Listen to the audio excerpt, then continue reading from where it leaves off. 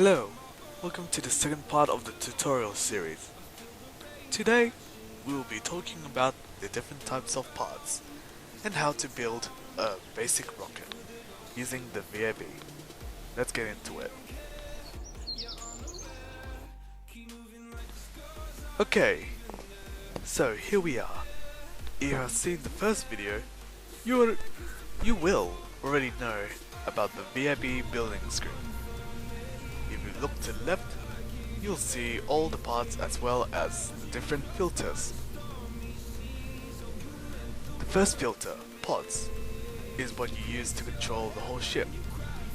You can use man control pods, which will require a kerbal to pilot, or an unmanned pod for things like drones or probes. Next is fuel tanks. They hold fuel to whatever engines you use. Just make sure you use the right ones. We'll get to that later. Next is engines, where you use different types of engines which will move your spacecraft. Command and control, where you get the reaction wheels, which helps the rocket to fly straight. And the RCS thrusters, which help with turning the rocket in space. Next is structure, which contain things like strut connectors, launch stability enhancers to keep your ship still on launch, and adapters if you want more than one engine in one stage. Coupling is where we get things like docking ports for docking and space stations, and decouples, which are used to separate the stages. The next is payload, which contains things like cargo bays, good for planes, and fairings for protective shells. Aerodynamics contain things like noses for your ship, or wing parts for your planes. Ground contains landing gear and landing legs, including wheels which are used for rovers.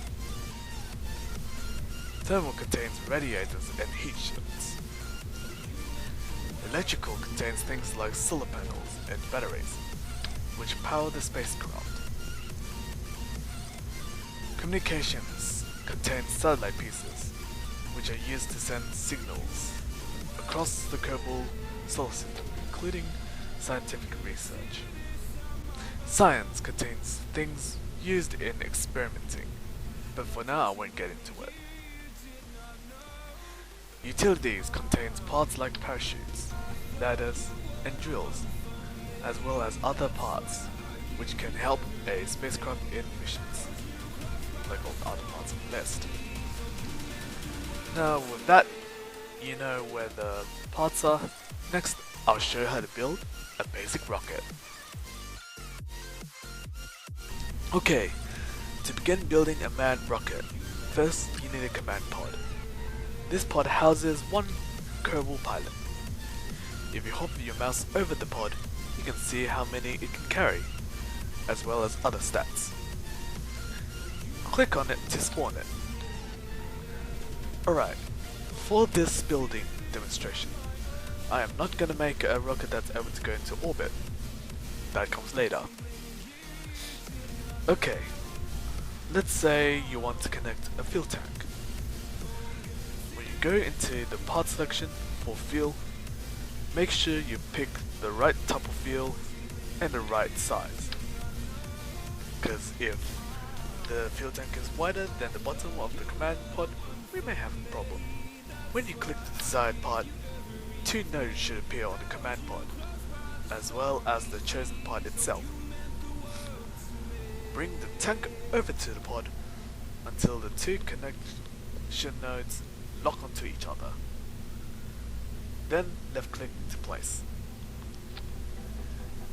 If there is a part that has connectors on the sides and you want to place a tank on it, the WASD keys will help rotate the part.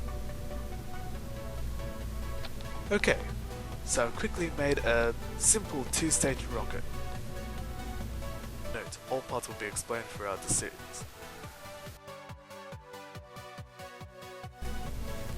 This contains a command pod, a parachute, a decoupler, 1 AIS, 1 engine, 1 RCS tank, 1 small fuel tank, 1 to 2 of these foldable solar panels, batteries for electricity, another decoupler, a longer fuel tank, and a larger engine. Okay, so here we have an RCS thruster block. This device can only be placed radially, which means around the ship on its surface, like this. Now, one is not enough, which is why this button comes in handy. Clicking it will add 2 yellow shapes, noting what it calls it, sorry. This means that when we place the blocks on there will be 2 of them, on each side of the rocket. Clicking the button will allow you to add 3, again we'll add 4, and so on. For now, 4 is enough, and the limit is 8.